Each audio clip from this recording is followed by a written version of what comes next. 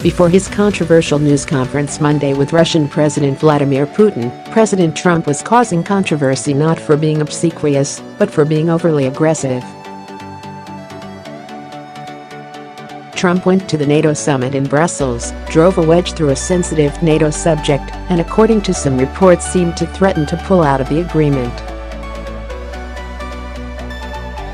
By the end of his trip, he credited himself with forcing NATO member countries to pony up more money for the alliance, even as it's not clear that he actually got anything.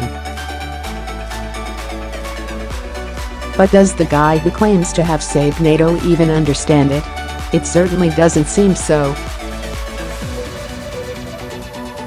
In a taped interview with Fox News' Tucker Carlson that aired Tuesday night, Carlson and Trump mused about how unfair it might be that NATO would require the United States to defend a tiny country like Montenegro that is party to the treaty. Article 5 of NATO, the agreement's signature provision, regards an attack on one NATO country as an attack on all of them. Here's the exchange. Even here, Trump's comments are questionable, as the Post John Wagner writes. Trump seems to question Article 5 despite affirming last year that the United States is committed to it. But Trump may have just been spitballing and acknowledging that he wavered on that point, which he certainly did. Fine. But then came this, except ... that's not the way it was set up. Article 5 of NATO addresses only cases in which NATO allies are attacked, not cases in which they get aggressive and launch wars on their own.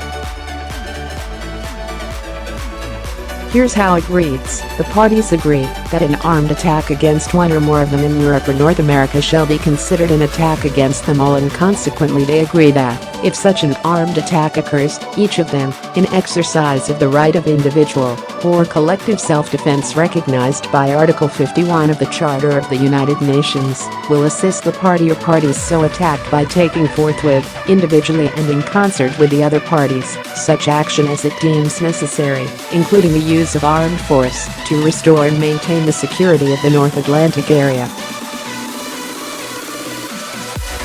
About the best explanation for Trump's comments is that he was suggesting a country like Montenegro would get aggressive and invite an attack from a country like Russia. But Article 1 of the Charter states that member countries must refrain in their international relations from the threat or use of force in any manner inconsistent with the purposes of the United Nations. And Article 5 has only been invoked once, after 9/11, even as NATO member countries including the United States have been involved in unilateral wars. So clearly NATO member countries aren't obliged to get involved in every conflict involving a member country. Trump's musing about Montenegrins being aggressive and causing problems was weird on its own. There is some recent history with Montenegro and Russia, which is probably why Carlson brought it up, but it involved pro-Russian interests allegedly trying to topple the government in Montenegro. And the idea that the United States would be compelled to defend Montenegro if it were the aggressor simply isn't